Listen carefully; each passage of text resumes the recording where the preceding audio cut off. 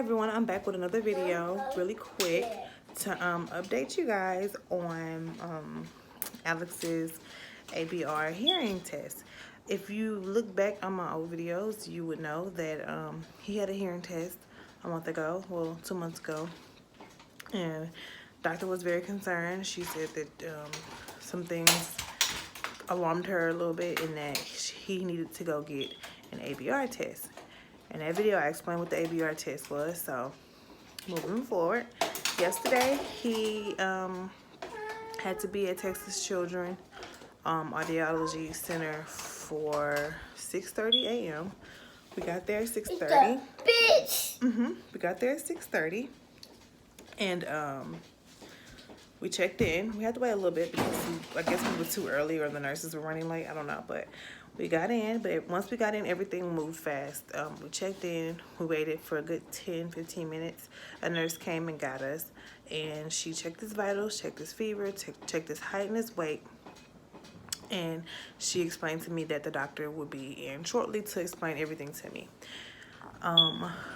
So moving along, the audiologist that performed the actual ABR test on him came in and explained to me what they would be doing.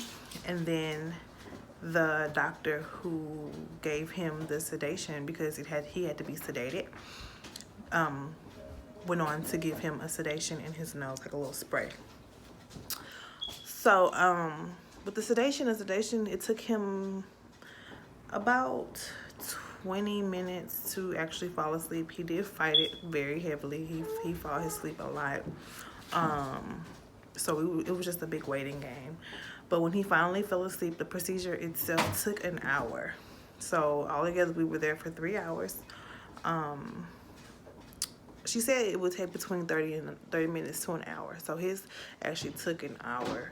And they finally called us back there to go see him. He was still asleep and we was waiting for him to wake up. And he finally woke up and the doctors came in. Mommy, don't die. It's too hot outside, baby. We'll go outside in a few minutes, okay? When the sun go down. It's hot. Okay? Okay. Go get your blaster. Blaster. Go get it. Sorry.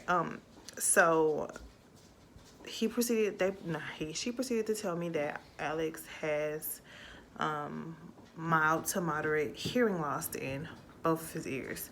So he needs to get hearing aids.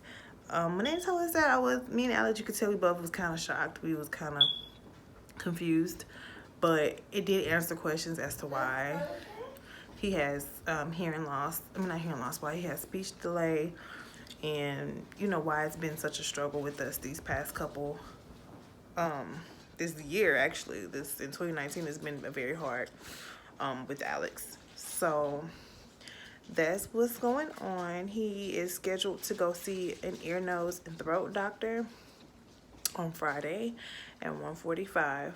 So sorry, I heard my baby girl crying in the back.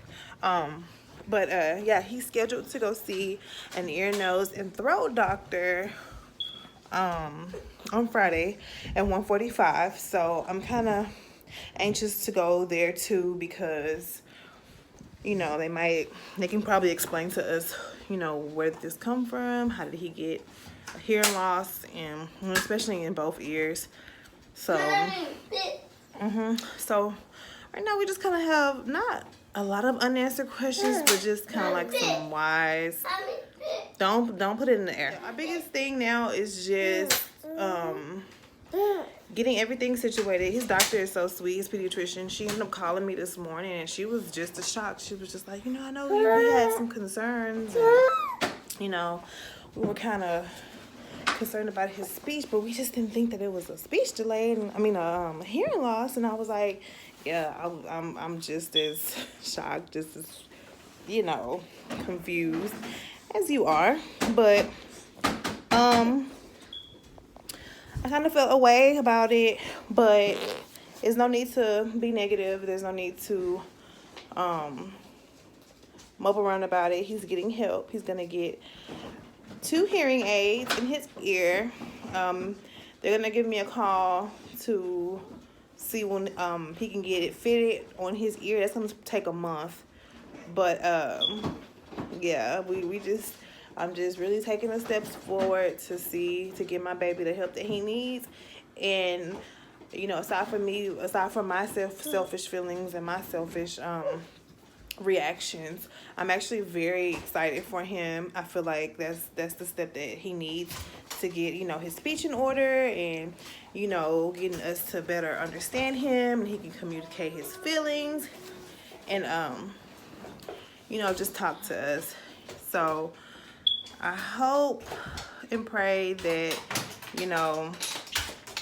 that's just, we got everything under control when he goes to see the ear, nose, and throat doctor. He can just kind of explain to us what's really going on, because we just went to audiology, and she was just an audiologist. She couldn't really go into detail as to why he has hearing loss in both of his ears, because all she does is the test. So she really just kind of gave us a clear cut answer, and was just like, that's it. It's broke, Alex. It's broke. You broke it. So that's really all it is. When I think back now, it does answer. It does everything makes sense now. Everything makes sense as far as his behaviors, as far as even with him being in daycare a year ago. His teachers will always come to me and say, hey, I think you might want to get his ears checked, because I'll call for him, or I'm talking to him and he's seeming to not hear me, or he's seeming to not respond.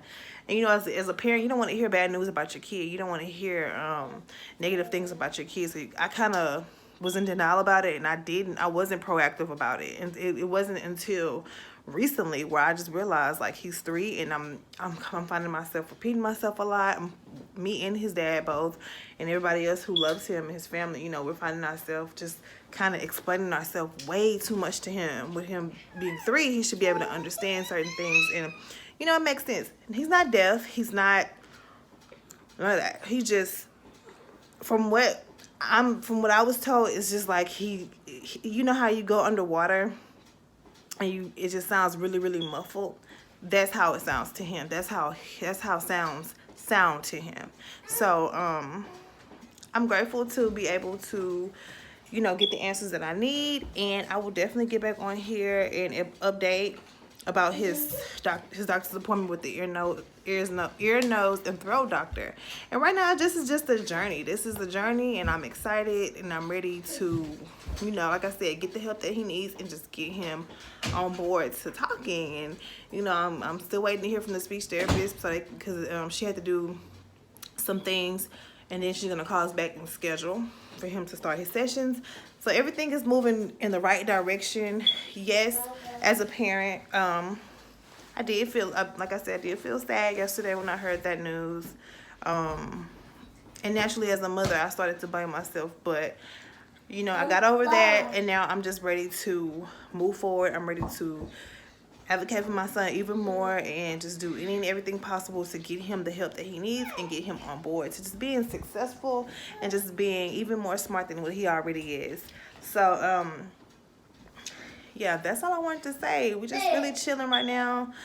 Cassidy was asleep, but she's up, and Alex is playing. So right now we're just gonna continue to play until about 6:30. That's when I kind of wind them down, and I'm gonna probably do some self-care for myself. I'm probably gonna do a mask, and take me a nice hot bath, and just kind of focus on myself tonight. I've been neglecting myself a lot, and I'm just excited to just do something cool for myself. So yeah, one more thing I wanted to say.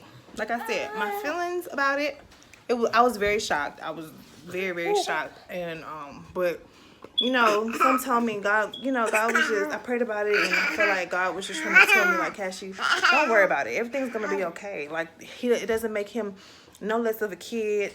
It doesn't make him no less than. He's very smart, and he's gonna still thrive. He's gonna still do great things in life. He's gonna be amazing. So him having to wear hearing aids, or him having to wear his hearing aids and stuff, there's just something special about him. That's just something that makes Alex Alex.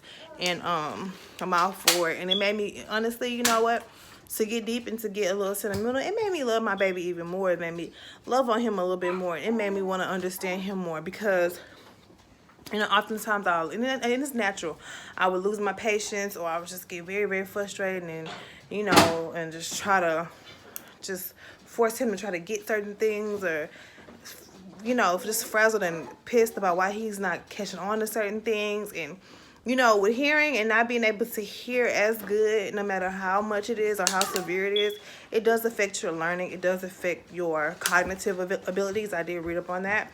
And so it makes sense why, you know, he wasn't really catching on to certain things, or why he wasn't really listening to me when I read to him. So now I'm just making, you know, modifications to him. I'm making a lot of new strides to get him to learn and to get him to be great. And, you know, I'm just so excited for my baby, and I'm so proud of him because he is making progress. He's starting to learn his alphabet. He's starting to learn how to spell his name. He's using new words. He's communicating way more. Like, you know, it's just you have to be patient. That's all. And you cannot compare your kids, because if you compare your kids to other kids, you're gonna constantly be disappointed. You just have to focus on your kids and just focus on helping them to be better people. That's all you need to focus on. So I'll come back on here and I'll update, like I said, about how it goes on Friday, and we'll go from there. So I hope everybody has a wonderful day. I hope everyone is blessed, and I'll get back on here later and chit chat.